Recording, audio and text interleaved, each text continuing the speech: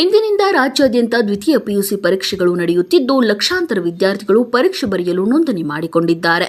ಬಾಗಲಕೋಟೆಯ ಸರ್ಕಾರಿ ಬಾಲಕಿಯರ ಪ್ರೌಢಶಾಲೆಯ ಪರೀಕ್ಷಾ ಕೇಂದ್ರದಲ್ಲಿ ನೂರಾರು ಸಂಖ್ಯೆಯಲ್ಲಿ ವಿದ್ಯಾರ್ಥಿಗಳು ಪರೀಕ್ಷೆ ಬರೆಯಲು ಆಗಮಿಸಿದರು.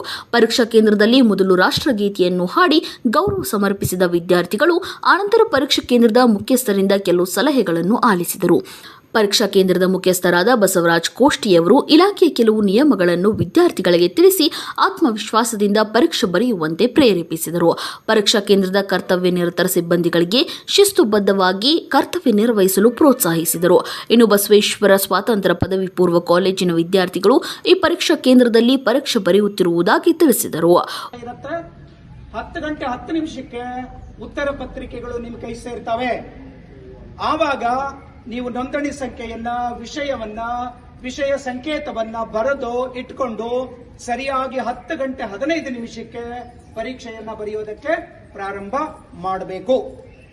ಯಾವುದೇ ಕಾಲೇಜಿನ ಆವರಣದಲ್ಲಿ ಅಶಿಸ್ತು ವರ್ತನೆ ಕಂಡ್ರೆ, ಯಾವ ರೂಮಲ್ಲಿ ಯಾವ ವಿದ್ಯಾರ್ಥಿ ಆ ರೀತಿ ನಡ್ಕೊಂಡಿರ್ತಾನೆ, ನಾವು ಸಿಸಿ ಕ್ಯಾಮೆರಾಗಳನ್ನ ಗಮನಿಸಿ ಅಂತ ವಿದ್ಯಾರ್ಥಿಗೆ ನಾಳೆಯಿಂದ ನಿಮ್ಮ ಪ್ರಿನ್ಸಿಪಾಲು, ನಿಮ್ಮ ಪಾಲಕರು ಬಂದು ಇಲ್ಲಿ ಕರ್ಕೊಂಡು ಬಂದಾಗ ಮಾತ್ರ ನಿಮ್ಗೆ ಪರೀಕ್ಷೆಗೆ ನಾವು ಅವಕಾಶ ಕೊಡ್ತೀವಿ. ಅಶಿಸ್ತಿಗೆ ಯಾವುದೇ ಅವಕಾಶ ಇಲ್ಲ. ಇದು ನಿಮ್ ತಲೆಯಲ್ಲಿರಿ. ಕಳೆದ ವರ್ಷದ ವಿದ್ಯಾರ್ಥಿಗಳು ಕೊನೆ ಪೇಪರ್ ಅಲ್ಲಿ ಯಾವುದೇ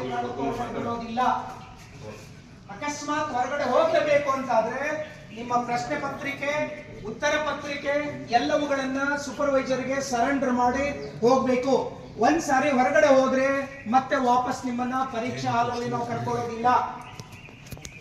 ಬಹಳ ಅನಿವಾರ್ಯವಾಗಿ ನಿಮ್ಮ ವೈಯಕ್ತಿಕ ತೊಂದರೆಗಳಿದ್ದು ವಾಶ್ರೂಮ್ ಹೋಗ್ತೀನಿ ಅಂದಾಗ ಮಾತ್ರ ಸರ್ ನಾನು ವೀಕ್ಷಕರೇ, ನೀವು ನೋಡ್ತಾ ಇದ್ದೀರಾ ಯುವ ನಾಯಕ ನ್ಯೂಸ್.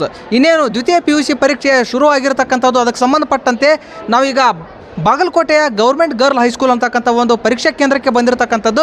ಸೊ ಈಗ ಇಲ್ಲಿ ಇರ್ತಕ್ಕಂಥ ಗುರುಗಳನ್ನು ಮಾತಾಡಿಸ್ತಕ್ಕಂಥ ಒಂದು ಕೆಲಸ ಮಾಡೋಣ. ಸರ್, ಈಗ ದ್ವಿತೀಯ PUC ಪರೀಕ್ಷೆ ಆರಂಭವಾಗಿರ್ತಕ್ಕಂಥದ್ದು. ಸೊ ಈ ಪರೀಕ್ಷಾ ಕೇಂದ್ರದ ಚೀಫ್ ತಾವಾಗಿರ್ತಕ್ಕಂಥದ್ದು. ಈ ಪರೀಕ್ಷಾ ಕೇಂದ್ರದಲ್ಲಿ ವಿದ್ಯಾರ್ಥಿಗಳು ಪರೀಕ್ಷೆ ಬರಲಿಕ್ಕೆ ಯಾವ ರೀತಿಯಾಗಿರ್ತಕ್ಕಂಥ ಸಿದ್ಧತೆಯನ್ನು ಮಾಡಿರ್ತಕ್ಕಂಥದ್ದು ಸರ್? ನಾವು ಕಳೆದ 2 ದಿವಸದಿಂದ ಹೆಚ್ಚು ಕಡಿಮೆ ಇಲಾಖೆ ನಿಯಮಗಳ ಅನುಸಾರ ಬ್ಲಾಕ್ಗಳನ್ನು ಶುಚಿಗೊಳಿಸ್ತಕ್ಕಂಥದ್ದು, ವಿದ್ಯಾರ್ಥಿಗಳಿಗೆ ಯಾವುದೇ ಗೊಂದಲ ಆಗದಂತೆ ನಂಬರ್ಗಳನ್ನು ಡಿಸ್ಪ್ಲೇ ಮಾಡೋದು, ಮಹಡಿಗಳನ್ನು ಏರೋ ಮಾರ್ಕ್ಗಳ ಮೂಲಕ ವಿದ್ಯಾರ್ಥಿಗಳಿಗೆ ಸರಿಯಾಗಿ ಗುರುತಾಗೋ ರೀತಿಯಲ್ಲಿ ನಾವು ಮಾರ್ಕಿಂಗ್ ಮಾಡೋದಾಗಿರ್ಬೋದು. ಆ ಥರ ಎಲ್ಲ ವ್ಯವಸ್ಥೆಗಳನ್ನು ಸರಿಯಾಗಿ ನಾವು ನಿನ್ನೆನೇ ಸಂಪೂರ್ಣವಾಗಿ ಮುಗಿಸ್ಕೊಂಡಿದ್ವಿ. ವಿದ್ಯಾರ್ಥಿಗಳು ಕೂಡ ಇವತ್ತು ಬೆಳಗ್ಗೆ ಎಲ್ಲರೂ 8:30ಕ್ಕೆ ಗ್ಯಾದರ್ ಆದರು. ಎಲ್ಲ ವಿದ್ಯಾರ್ಥಿಗಳನ್ನು ನಮ್ಮ ಕಾಲೇಜಿನ ಆವರಣದ ವರಾಂಡದಲ್ಲಿ ಅವರನ್ನು ಸೇರಿಸಿ ಪ್ರಾರ್ಥನೆಯನ್ನು ಮಾಡೋದ್ರ ಮೂಲಕ ನಂತರದಲ್ಲಿ ಯಾವ್ಯಾವ ಇಲಾಖೆ ನಿಯಮಗಳೇನಿದೆ ಎಲ್ಲ ಮಾಹಿತಿಗಳನ್ನು ಸಂಪೂರ್ಣವಾಗಿ ವಿದ್ಯಾರ್ಥಿಗಳಿಗೆ ನೀಡಿ ನಾವೀಗ ವಿದ್ಯಾರ್ಥಿಗಳನ್ನು ತಮ್ಮ ಕೊಠಡಿಗೆ ಹೋಗಲಿಕ್ಕೆ ನಾವು ಸೂಚನೆಯನ್ನು ನೀಡಿದ್ದೇವೆ. ಸರ್, ಇವಾಗ ಈ ಒಂದು ಪರೀಕ್ಷಾ ಕೇಂದ್ರದಲ್ಲಿ ಸುಮಾರು ಎಷ್ಟು ಜನ ವಿದ್ಯಾರ್ಥಿಗಳು ಪರೀಕ್ಷೆ ಬರೀತಕ್ಕಂಥದ್ದು ಮತ್ತು ಯಾವ ಕಾಲೇಜಿನ ವಿದ್ಯಾರ್ಥಿಗಳು ಬಂದಿರತಕ್ಕಂಥದ್ದು ಸರ್? ಇಲ್ಲಿಗೆ ಬಸವೇಶ್ವರ PU ಕಾಲೇಜ್ ವಿದ್ಯಾಗಿರಿ ವಿದ್ಯಾರ್ಥಿಗಳು ಮಾತ್ರ, ಇಂಡಿಪೆಂಡೆಂಟ್ PU ಕಾಲೇಜಿನ ವಿದ್ಯಾರ್ಥಿಗಳು ನಮ್ಮ ಮಹಾವಿದ್ಯಾಲಯದಲ್ಲಿ ಪರೀಕ್ಷೆಗಳನ್ನು ಬರೀತಾ ಇದ್ದಾರೆ. ಒಟ್ಟು ನಮ್ಮ ಕಾಲೇಜಿಗೆ 777 ವಿದ್ಯಾರ್ಥಿಗಳು ಪರೀಕ್ಷೆಯನ್ನು ಬರೀತಾ ಇದ್ದಾರೆ. ಇವತ್ತು ಕನ್ನಡ ಪರೀಕ್ಷೆಗೆ 740 ವಿದ್ಯಾರ್ಥಿಗಳು ಪರೀಕ್ಷೆಯನ್ನು ಬರೀತಾ ಇದ್ದಾರೆ. ಸರ್, ಈಗ ಪರೀಕ್ಷಾ ಕೇಂದ್ರದಲ್ಲಿ ಇಲಾಖೆಯ ಯಾವ ನಿಯಮಗಳನ್ನು ಇಲ್ಲಿ ನೀವು ಪ್ರಸ್ತುತಪಡಿಸಿರ್ತಕ್ಕಂಥದ್ದು ಸರ್? ಅಂದರೆ ವಿದ್ಯಾರ್ಥಿಗಳಿಗೆ ಕೆಲವು ಸೂಚನೆಗಳು, ಆಮೇಲೆ ಪರೀಕ್ಷಾ ಸಮಯದ ಬೆಲ್ಗಳು ಮತ್ತು ಮಹಡಿಗಳ ಮಾಹಿತಿಗಳು ಮತ್ತು ನಂಬರ್ಗಳನ್ನು ಬೋರ್ಡ್ಗಳ ಮೇಲೆ ಡಿಸ್ಪ್ಲೇ ಮಾಡೋದ್ರ ಮೂಲಕ ವಿದ್ಯಾರ್ಥಿಗಳಿಗೆ ಸರಿಯಾಗಿ ಸೂಕ್ತವಾಗಿ ತಿಳ್ಕೊಳ್ಳೋದಕ್ಕೆ, ನೋಡೋದಕ್ಕೆ ಅನುಕೂಲ ಆಗೋ ರೀತಿಯಲ್ಲಿ ನಾವೆಲ್ಲ ವ್ಯವಸ್ಥೆಗಳನ್ನು ಮಾಡಿದ್ದೇವೆ. ಕೇಳಿದ್ರಲ್ಲ ವೀಕ್ಷಕರೇ, ಇದಿಷ್ಟು ಈ ಪರೀಕ್ಷಾ ಕೇಂದ್ರದ ಚೀಫ್ ಆಗಿರ್ತಕ್ಕಂಥ ಸರ್ಗಳು ಕೊಡ್ತಕ್ಕಂಥ ಒಂದು ಮಾಹಿತಿ. ಏನು ವರ್ಷವಿಡೀ ಓದಿರ್ತಕ್ಕಂಥದ್ದನ್ನು ಈಗ 3 ತಾಸಿನಲ್ಲಿ ಬರೀತಕ್ಕಂಥ ಎಲ್ಲ ವಿದ್ಯಾರ್ಥಿಗಳಿಗೆ ನಾವು ಯುವ ನಾಯಕ ನ್ಯೂಸ್ ಪರದಿಂದ ಶುಭ ಕೋರ್ತಾ ಇದ್ದೇವೆ ಸರ್. ಮತ್ತೀಗ ಏನು ವಿದ್ಯಾರ್ಥಿಗಳು ಬರೀತಾ ಇದ್ದಾರಲ್ಲ ಸರ್ ಪರೀಕ್ಷೆಗಳನ್ನು, ಸೊ ಅವರಿಗೆ ಈ ಒಂದು ಪರೀಕ್ಷಾ ಕೇಂದ್ರದಲ್ಲಿ ತಾವು ಇನ್ಸ್ಟ್ರಕ್ಷನ್ಸ್ ಕೆಲವೊಂದಿಷ್ಟು ಸೂಚನೆಗಳು ಕೊಡ್ತಕ್ಕಂಥದ್ದನ್ನು ನೋಡಿದ್ದೀವಿ ಸರ್. ಇದನ್ನು ಹೊರತುಪಡಿಸಿ ವಿದ್ಯಾರ್ಥಿಗಳಿಗೆ ಮತ್ತೆ ಏನಾದರೂ ಅಂದರೆ ಅಲ್ಲಿ ಕುಡಿಲಿಕ್ಕೆ ನೀರಿನ ವ್ಯವಸ್ಥೆ ಆಗಿರ್ಬೋದು, ಮತ್ತೇನೇನಾದರೂ ಸೌಲಭ್ಯಗಳ ವ್ಯವಸ್ಥೆ ಮಾಡಿರ್ತಕ್ಕಂಥದ್ದು? ಹೆಚ್ಚು ಕಡಿಮೆ ಎಲ್ಲ ಬ್ಲಾಕ್ಗಳ ಅಂದರೆ 2-3 ಬ್ಲಾಕ್ಗಳ ಮಧ್ಯದಲ್ಲಿ ನಾವು ಒಂದು ಫಿಲ್ಟರ್ ವಾಟರ್ ಕ್ಯಾನು ಮತ್ತು ಗ್ಲಾಸ್ಗಳನ್ನು ಪ್ರೊವೈಡ್ ಮಾಡಿದ್ದೀವಿ.